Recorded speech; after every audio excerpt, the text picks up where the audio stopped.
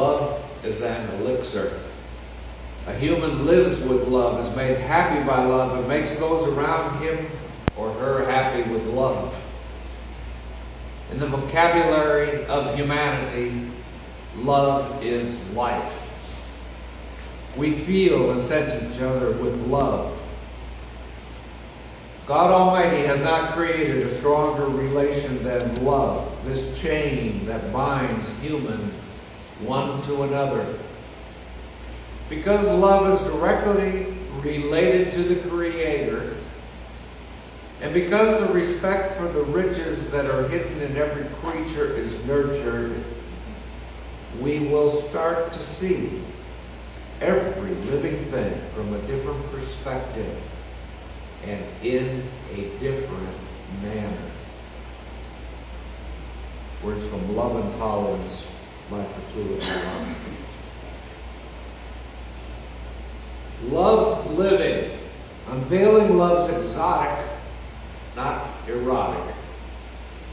In case you were wondering, purpose. A most magnificent path through life opens for those guided by love. I discussed this loving spirit last week. I spoke about hizmet, Turkish word for service, and its impact with modern Sufis. These moderate Muslims are opposed to violence, terror, and suicide attacks, are spiritually attuned, see harmony between science and faith, promote democracy like the Western world, and have started many schools that provide a top-notch education. I look at love as a verb. Having met a Chicago woman who made a film on the hizmet movement named Love is a Verb, I shared that we saw an act of love in the people we met on our trip. We went to Rumi's tomb. The tale of the whirling dervishes is displayed there. I picked up a hat. It's a very nice hat. They say that wool keeps you cool in the summer and warm in the winter. Now, I don't know, does this look like a dervish hat? Yes. Have you seen the dervish hats? Oh, I have to turn. What up? What up? What up? Just now a dervish hat. It's too cute. I had to bring it back. One message board at the museum there said, the dervishes are on a mystical journey of spiritual ascent through mind and love to perfect one. The dervishes remind us in dance and in life that love is a verb. It is something to do. And I learned that the words of Rumi led directly to the insights by Fatula Bulan, a modern Rumi. Rumi and Bulan have a concise poetic vision filled with exuberance for life and an appeal for a better world. Both believe at the heart of it that it's possible for us, taking all of us in this world, I suppose that also means us, to do better than we have done. After Mevlana's tomb, a member of our tour group raised the question, what is spirituality? And the response was that spirituality is love. And this means that expanding love is the process of spiritual enlightenment and is a soul matter. Today we move from live loving to love living. These are linked. But this linkage is more than a play on words or a balanced slogan. I would suggest that those who live with an act of love in their hearts what I see as live loving, are led to love living. And I also see that there are two ways that love living occurs. The first is love living means love is living. Those who live with an ever-increasing love see what is happening to them.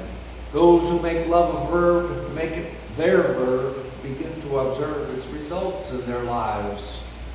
There are, of course, some necessary corrections when one enters this path. It is not all straightforward, but what is happening is people begin to pay attention to the way they relate to others. I suspect Jesus had this in mind when he said, love your neighbor as yourself. I doubt that he thought that people were going to immediately love their neighbors as themselves, but that there was a process to getting to that point. And if you are trying to follow this advice, you have to identify, I think, as well, how much you love yourself. That's an important place to start. But loving self, then you reach out to your neighbor in a way so he or she will know that they are held in your love. And both steps involve a degree of self-moderation, self-analysis in the words and actions we choose to share with those around us.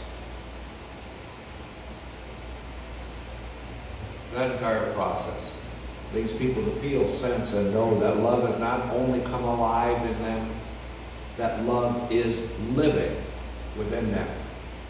And one of its benefits, and this is a huge step forward, is that watching ourselves allows us to see three things. What we once did, what we do now, and the difference between what was and what is.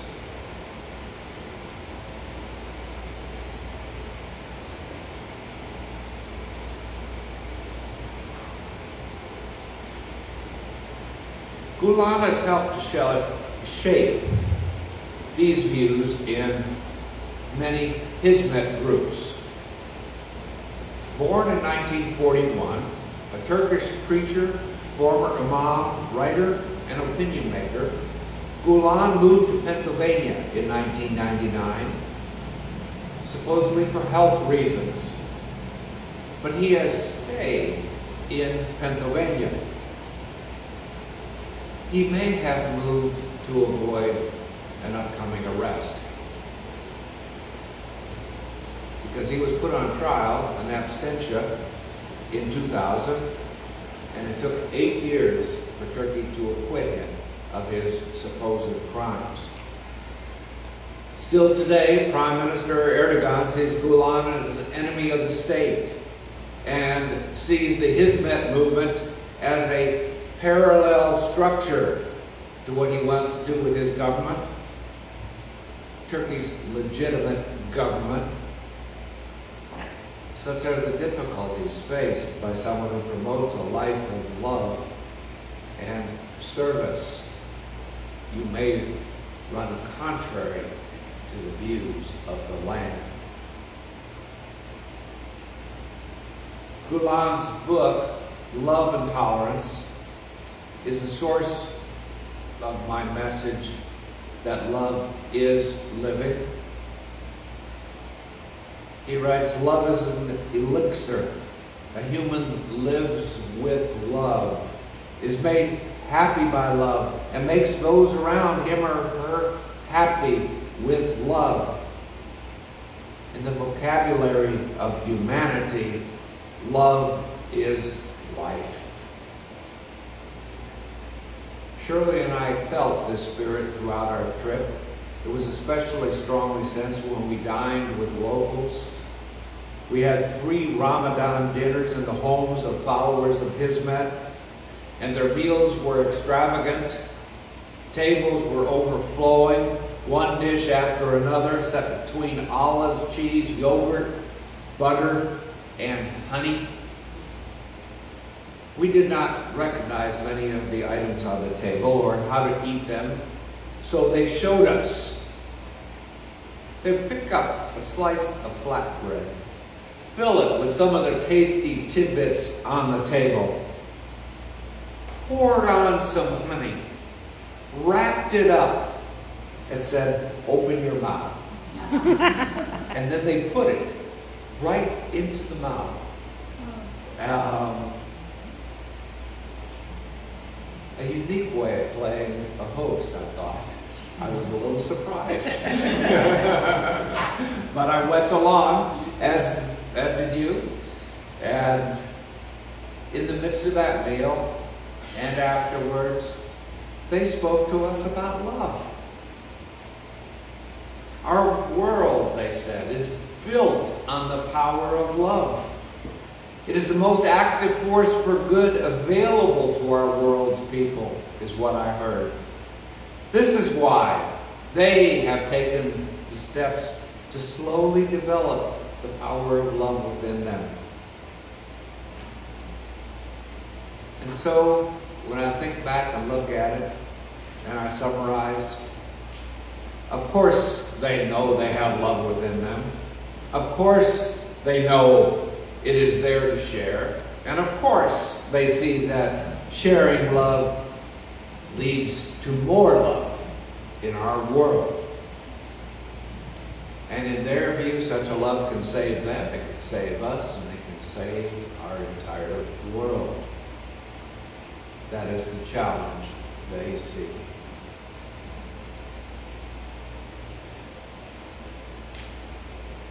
Love is most certainly living within them. And they know it. They know it.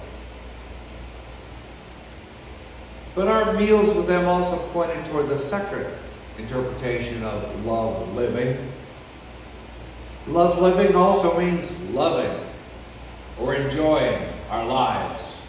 The things we see, the things we do, the people around us, the food we eat, all of those wonderful things that are the pleasures of life. Enjoy them. Love living. When I glanced around the table, I saw the brightest of bright smiles on people's faces. They were pleased with the meal, I'm sure. After fasting all day, they were very pleased with the meal. We clapped for the wonderful woman who prepared it, thinking it took her and her daughter all day to prepare the feast that we had laid out in front of us. But they shared many of the other things they do to lift their enjoyment of life while we were sitting there. We found out that one of them has a pilot's license for an airplane. Others ascended hot air balloons, climbed mountains, ride bikes, parachute, scuba dive, and tutor children. All of these activities accentuate these people's appreciation of life. We met people who pursued their education as far as it could go, achieved great goals in their work, and lived a life filled with many fun-filled activities, always maintaining their concept of service.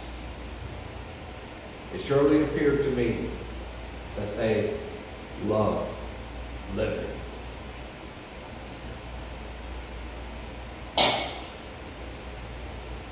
Our world is filled with approaches to life that are not based on love. We know that, and we were reminded of that this week. Sometimes some of us, even at times the police, refer to settle concerns through violence. But there is no healthy future that can ever come from violence or violent behavior. Perhaps this is a good time, a teachable moment, when we can look again at the violence that has become so prevalent in our society. Violence never brings permanent peace. It solves no problem. It merely creates new and more complicated ones. Violence is impractical because it is a descending spiral, ending in destruction for all.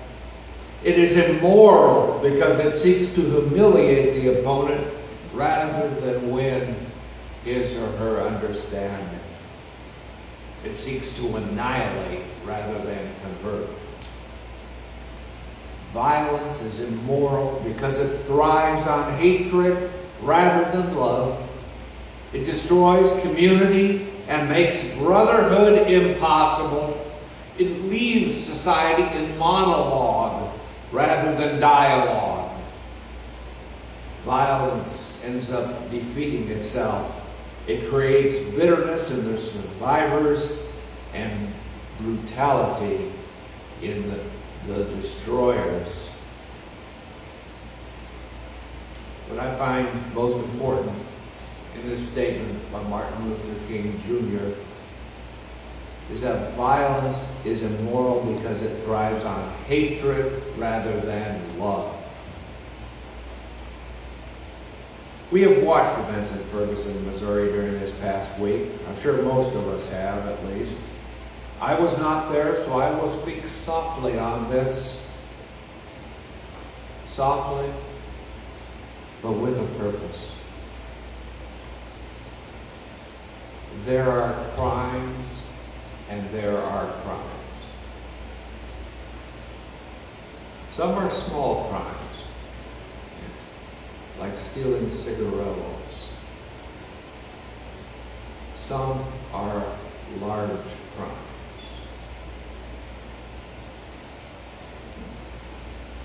We should never lose sight of the fact that the killing of a human being is murder. And murder is a large crime. There's no relationship at all to stealing cigarillos, if anybody even knew about the theft of the cigarillos at that time. Our world deserves better. The time will soon come to us when a person with hands in the air will be seen as a person with hands in the air. There is nothing that shows giving up more strongly than putting your hands in the air. Think of this. Your gun, if you happen to carry a gun, has never been snatched from the air. It's not up here. Not in the world we live in.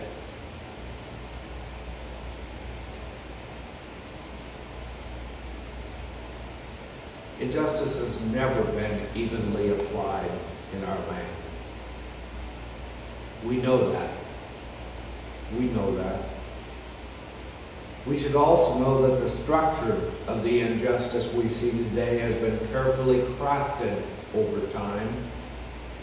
That there is a spirit of engagement with others heavily influenced by the spirit of violence. This organizational structure sees differences between people rather than a common humanity. And our police have, for some reason or other, perhaps because it seemed to make good sense at the time, our police in small town America have been equipped with military weaponry. Is it any wonder there are people in Ferguson, perhaps also people in your neighborhood, who fear for their lives?